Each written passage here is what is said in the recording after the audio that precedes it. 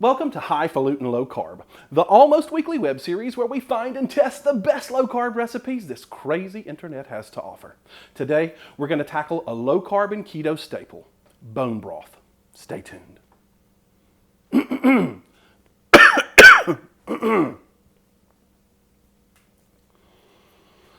All right, folks, confessional time here. I feel terrible today. I had planned a much more involved, lengthy battle video because I needed to get some content out. I know it's been a while since you've seen me. But 2 days ago, I woke up with a terrible summer cold. It's just, there's nothing worse than a cold in the summer. And here it is June, and I can barely even speak. And worse yet, I leave in 2 days to fly across the country to go to VidCon. I've had tickets for a year to go to VidCon, and I just do not want to be sick while I'm there because I'm going hell or high water. So I backtracked a little bit, and I'm making bone broth today because that hopefully will give me some energy and help me feel better and solve whatever is happening here before I get on a plane. So we're gonna make bone broth, and this is really pretty easy. I mean, it's not rocket science. I'm gonna give you a couple of options to do this, but we are going to start with beef bones and beef marrow bones. And look in your frozen section. Ask the butcher first, if you're at the meat counter. Ask if they have bones. Marrow bones is what you're looking for. And bone broth is so popular these days that every grocery store just about has them. They are usually in the frozen section. So, well, get off of me. We are going to roast these first, and that's where you get a lot of flavor. And let's talk about the bones too. These are cut pretty small, and I actually like that a lot because what you get from this is more surface area for browning in the oven. Y'all excuse my baking pan. This is my browning pan. She's a workhorse. I've had her forever. She's not the prettiest gal at the dance, but she works. So we're gonna roast these and get some color on them. We're gonna put them in about a 425-degree oven for about 25 minutes, something like that. But the smaller the bone, the less time you really need to cook them. But what the small bones that are cut like this, instead of having a large one, it allows more surface area for browning, but it also allows more surface area for the water to get into the marrow and extract all of the collagen, the nutrients, the minerals out of the bones and the marrow that we never really get to eat because as a society, we don't really eat bone marrow anymore. It's sort of become fashionable in high-end restaurants to have marrow bones, but in general, we don't eat them. We eat the flesh and not the bones, and bone broth differs from chicken broth or chicken stock in that the flavor is coming from the bones and not from the flesh of the animal, not from the meat. So this allows a strong extraction of the minerals that hopefully will help solve some of my issues that I've going on here. So what we're going to do is these are just going in the oven right now for about a half hour on 425, and I'll meet you right back here. See you in a bit. All right, guys, so we are back. Here are our marrow bones. They've been in the oven I put them in for 20 minutes. And now is where we start building our broth. That is super hot. Do not grab that by accident. I have done that many times, several times. You only do it about once or twice. Okay, here are our options. Now, I'm going to be using an appliance that I have a love-hate relationship with, and that is the Instant Pot, the pressure cooker. I have done this on the stove. I have actually done it in a Dutch oven, in the oven, on very low temperature for a long time, usually overnight. And I've done it in a crock pot. And the crock pot is usually my favorite way. I feel like it gets a lot of flavor. But that takes a long time, 8 to 10 hours. And this Instant Pot will do it in about 3 hours. So, and I want to get it into my body quickly, obviously, to try to help clear some of this out. And so we're going to be using an Instant Pot. So what we're going to do is throw these bones in, and if there's anything stuck to the metal pan, be sure to scrape it up. That's the good stuff.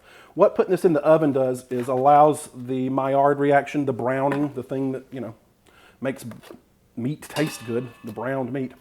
It allows you to get a little bit of that flavor and sort of pre-cook things before they go in. Now, I also add a secret ingredient here, and you'll see what in just a moment. Woo, these are hot. And a lot of people take out the fat. You can leave in the fat.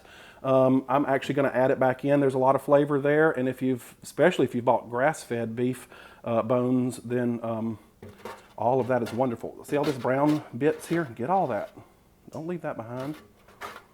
We just spent 25 minutes making that. So, to this, hold on. Okay, so here is my secret ingredient, I guess you could say. When I'm making beef bone broth, I add chicken to it as well. You know, this was 3 pounds of bones, and this is about 3/4 of a pound of little chicken wing drumettes. You want something small. The wings or the drumettes, or if you can't find that, drumsticks, have a lot more collagen and cartilage that we can extract gelatin from, and that's what we want. The best thing is chicken feet. And I know that sounds weird, and they're kind of off-putting to look at. Chicken feet make the most fantastic chicken broth you have ever eaten in your life. I guarantee you go into a kitchen of a 5-star restaurant, you ask to see how they make their chicken broth, and I can almost guarantee you with certainty that there are some chicken feet in there. They'll throw a few pieces of cartilagey leftover chicken, and then throw in a couple of 3 chicken feet. And those things almost disintegrate. And it makes such gelatinous broth that it will become like Jell-O in the refrigerator, and it is fantastic. I didn't have chicken feet. I usually keep them. You can find them in international markets in the frozen section most often, but I didn't have any on stock, and I don't feel great and didn't want to go out. So I did have some little drumettes, and so we're going to throw those in. I'm trying not to touch them. And it just adds a little bit something to the flavor here. If it's going to be broth that you're just going to drink like I'm going to be doing, this adds a lot of flavor that you don't get with just the beef. All right, let me go wash up. I'll be right back. So I'm going to add a little bit of salt to this, not much. I prefer to salt it as I use it. It's more versatile that way. If you're going to cook with it and use it in a recipe, you don't have to worry about how much salt is in there. Is it going to be too salty? You can flavor it as you need. So we're going to add some water to this, and you just fill it up. This is also where there's a max line in here somewhere on this pot. Yeah, there it is. So you know how far you can fill it. This is where you could also add like maybe half an onion, a garlic clove or 2, celery, carrots, whatever you want. I'm just doing pure bone broth. Realize that like if you add a half of an onion, even include the skin because you can get a lot of flavor out of the skin. That's going to increase your carb counts because it's going to release those natural sugars. But half of an onion across, what's going to be 10 cups of broth isn't really that much. But just be aware, it does add. I need a little more water.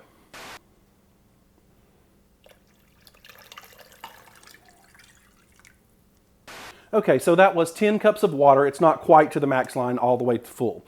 Now, let me just explain what I meant when I said I had a love-hate relationship with the Instant Pot. I really do like it.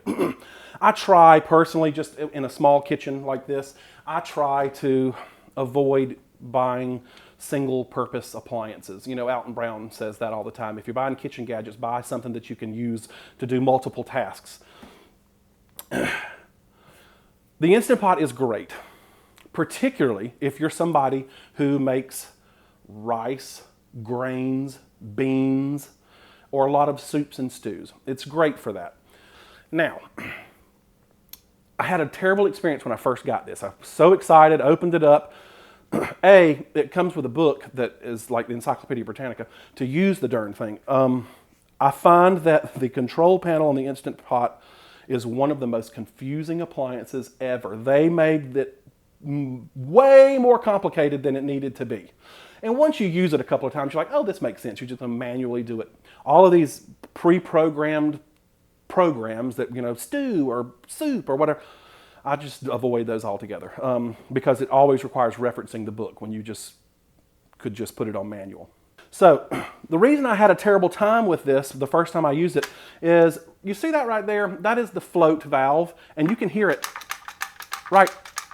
It rises up and down. That's how it builds the pressure. That's a little weight in there. I can't get it good. Well, I was so excited, put all my whatever I was cooking in it, set it all up and made sure it was sealed. And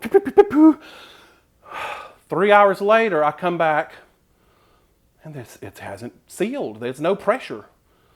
That little float right there had just tilted itself somehow in shipping, I guess, just enough that it never popped up and sealed the pot. I waited like 3 hours and just had the old watery whatever. It was terrible. So I was super frustrated, got online. I'm like, is my Instant Pot broken? And it come to find out this is a very common thing. So every time now before I use it, I make sure I shake that thing and make sure that it's rising up and down before I set it on to seal. So the other sort of qualm that I have about the Instant Pot is the advertising that they do and that people do. You can cook beef stew in 20 minutes. 20 minutes, it says. No, you cannot. It requires 20 minutes of pressurized cooking. Well, put your meat in there, put your sauce in, set it to go. It's going to take 15 to 20 minutes to get to pressure before the 20-minute time even starts. So you're already at 40 minutes. Your 20-minute beef stew is already at 40 minutes. Well, then most of the recipes call for natural release. Instead of turning this and instantly be able to access what's in the pot, no, most of the recipes, especially for meat, require natural release, which means you just turn it off and the pot stays under pressure and will naturally release the pressure over a course of 20 to 30 minutes. So that advertised time of you can cook beef stew in 20 minutes is now about an hour and 20 minutes or an hour and 10 minutes, whatever the math works out to be. So, I mean, it's not a big deal. And if you know what a pressure cooker is, I should have known that. But it sort of seems disingenuous to me to say you can cook beef stew in 20 minutes because, yeah, the pressurized time frame is 20 minutes, but you got about 20 minutes before and about 30 minutes after it that you still can't eat. So it's not quite the miracle that everybody makes the Instant Pot out to be. The other thing is one of the things I was most excited about and I didn't research was canning. I was hoping I would be able to can in this. You can't can in an electric pressure cooker. They do not reach the pressures or the temperatures required for canning. So don't even try it. They are explicit instructions. This is not for canning. You'll get sick. So that was sort of another like, so I use it sparingly now, usually just for bone broth. This is my bone broth machine. So anyway, we're going to cook this for now 2.5 hours. We're going to do a natural release. So that'll add 30 minutes onto it. So I'll see you back here in about 3 hours. All right? See you here. 3 hours later. Okay, boys and girls, we are back. It's been about 3.5 hours. I cooked this for 2.5 hours, and it was set for 2.5 hours. Like I said, it took 20 minutes to get to pressure. So cooked for 2.5 hours, and then I've let it naturally release. Now it is still, you can see this little guy is still up. It is not all the way cool, and it is not all the way, but it's been 30 minutes or so. So I'm going to vent this and let the pressure release. So just make sure your fingers are out of the way. See what happens? Now, carefully take this lid off. And yeah, we're almost still boiling. That has been a long while. Ooh, that looks good. It smells amazing in here. First of all, it smells really good. I'll be right back, hold on. Okay, I think I'm just gonna be brave enough and just try this. Let's try to pour some of this out. I'm gonna take it out, actually. Take the pan out of there, the pot out of there, and let it just sit on the open counter and get it out of this insulated pot. Now the chicken, you're tempted to like say, oh, there's meat on there, but it's spent. It is spent and there's no nutritional value, taste, flavor, texture, nothing left in those, so don't worry about it. And again, the fat, you can strain off if you don't want the fat. I tend to keep it in because low carb, high fat, right?